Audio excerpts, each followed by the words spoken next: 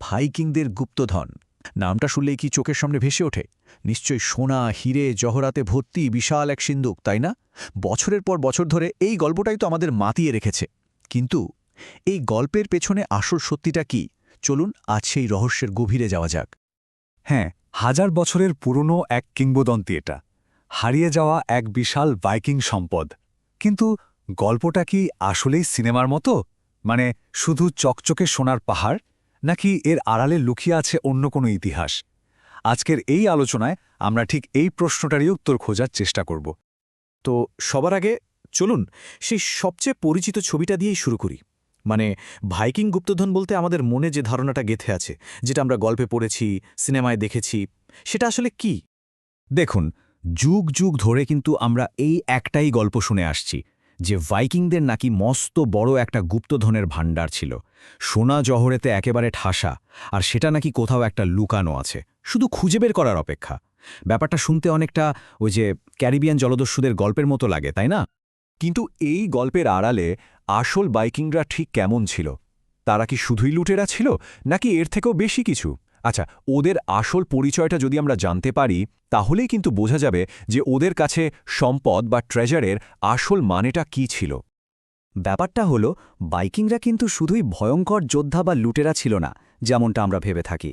ওরা ছিল অসাধারণ দক্ষ নাবিক, সারা বিশ্বে ঘুরে বেড়ানো ব্যবসায়ী, খুবই নিপুণ কারিগর আর প্রচণ্ড সাহসী অভিযাত্রী। মানে ওদের সমাজটা ছিল বেশ জটিল আর অনেক গুণের সমাহার। তাহলে প্রশ্ন হলো, ভাইকিংদের আসল ট্রেজার বা গুপ্তধন দেখতে কেমন ছিল?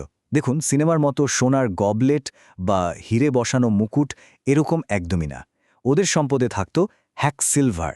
জিনিসটা কি? এটা হলো আসলে রূপোর টুকরো, মানে আংটি বা ব্রেসলেট কেটে টুকরো করে রাখা হতো, যাতে ওজন করে লেনদেন করা যায়, অনেকটা আজকের ভাঙতি পয়সার মতো। এর সাথে থাকত অ্যাম্বার বা কাচের পুঁথি, আর ব্যবসা বাণিজ্য করে পাওয়া নানা দেশের মুদ্রা। সোজা কথায়, ওদের সম্পদ ছিল ব্যবহারের জন্য, সিন্ধুকে জমিয়ে রাখার জন্য নয়। এখন কথা হচ্ছে, এই সত্যিটা আমরা জানলাম কোত্থেকে? আচ্ছা, চলুন ভাইকিংদের রেখে যাওয়া কিছু ক্লু বা সূত্র খুঁজে দেখি। এই সূত্রগুলোই কিন্তু ওদের সম্পদের আসল চেহারাটা আমাদের সামনে তুলে ধরবে। এই যে কোটেশনটা দেখছেন, এটা এগিল সাগা নামে খুব বিখ্যাত একটা ভাইকিং কাহিনী থেকে নেওয়া। এখানে কি বলা হচ্ছে, একজন তার সোনা এমনভাবে লুকাচ্ছেন যেন তার ছেলেও খুঁজে না পায়। এখান থেকে একটা জিনিস কিন্তু পরিষ্কার বোঝা যায়, নিরাপত্তার জন্য সম্পদ লুকিয়ে রাখাটা ওদের সমাজে বেশ প্রচলিত একটা ব্যাপার ছিল। তো ইতিহাসবিদরা যখন ভাইকিংদের নিয়ে গবেষণা করেন, তারা মূলত 4টে সূত্রের উপর নির্ভর করেন। প্রথমত, ওদের লেখা মহাকাব্য বা সাগা। দ্বিতীয়ত, রুনস্টোন, মানে ওদের বিশেষ লিপিতে খোদাই করা পাথর। তৃতীয়ত, অন্য দেশের লোকেরা ওদের সম্পর্কে কি লিখে গেছে। আর চতুর্থ এবং সবচেয়ে গুরুত্বপূর্ণ যেটা, সেটা হলো প্রত্নতাত্ত্বিক আবিষ্কার, মানে মাটি খুঁড়ে যা পাওয়া যায়। আর এই পুরনো সূত্রগুলোই কিন্তু আজকের দিনে ট্রেজার হান্টার বা প্রত্নতাত্ত্বিকদের জন্য একটা ম্যাপের মতো কাজ করে। চলুন এবার দেখি আধুনিক সময়ে কিভাবে সেই হারিয়ে যাওয়া সম্পদের খোঁজ করা হচ্ছে। শুধু সংখ্যাটার দিকে একবার তাকান, 2995। এটা হলো ইংল্যান্ডে পাওয়া সবচেয়ে বড় ভাইকিং হোর্ড বা মজুদগুলোর একটা, নাম কিউডেল হোর্ড। এখানে প্রায় 3000 রূপোর মুদ্রা পাওয়া গিয়েছিল। ভাবা যায়, এটা থেকেই কিন্তু একটা ধারণা পাওয়া যায় যে ওদের মজুদগুলো আসলে কেমন ছিল। আজকের দিনে কিন্তু এই গুপ্তধন খোঁজার ব্যাপারটা আর আন্দাজে হয় না, এটা এখন পুরোপুরি বিজ্ঞান। প্রথমে মেটাল ডিটেক্টর দিয়ে সম্ভাব্য জায়গা খোঁজা হয়, তারপর প্রত্নতাত্ত্বিকরা খুব সাবধানে মাটি খোঁড়েন। যা পাওয়া যায় সেগুলোকে ল্যাবে নিয়ে পরিষ্কার করে বাঁচিয়ে রাখা হয়। এরপর শুরু হয় আসল কাজ, বিশ্লেষণ, মানে ওই জিনিসগুলো থেকে ইতিহাস বের করে আনা। আর সবশেষে ওই অমূল্য সম্পদ জাদুঘরে সাজিয়ে রাখা হয় আমাদের মতো সাধারণ মানুষের দেখার জন্য।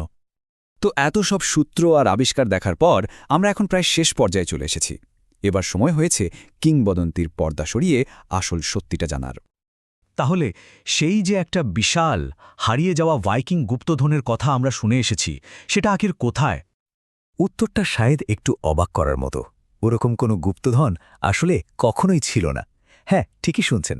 ওই যে একটা বিশাল সিন্দুকের ধারণা, যেটা আমরা সিনেমায় দেখি, ওটা আসলে পুরোপুরি একটা মেদ।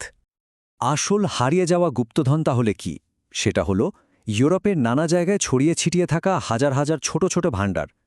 এগুলো ভাইকিংরা বিপদের সময় বা অন্য কোনো কারণে নিরাপত্তার জন্য মাটির নিচে পুঁতে রাখত।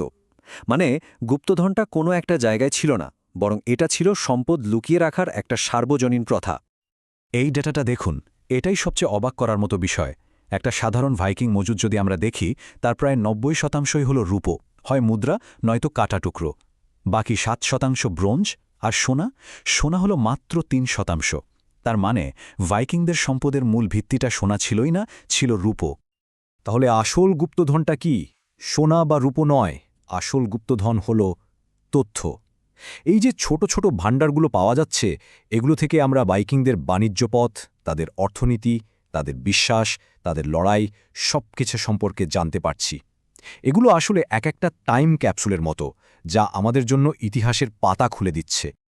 এরকম হাজার হাজার ভাণ্ডার তো খুঁজে পাওয়া গেছে, কিন্তু একবার ভেবে দেখুন তো, আরও কতগুলো এখনও মাটির নিচে লুকিয়ে আছে, আবিষ্কারের অপেক্ষায়। তার মানে ভাইকিংদের খোঁজার সেই যুগ কিন্তু এখনও শেষ হয়ে যায়নি।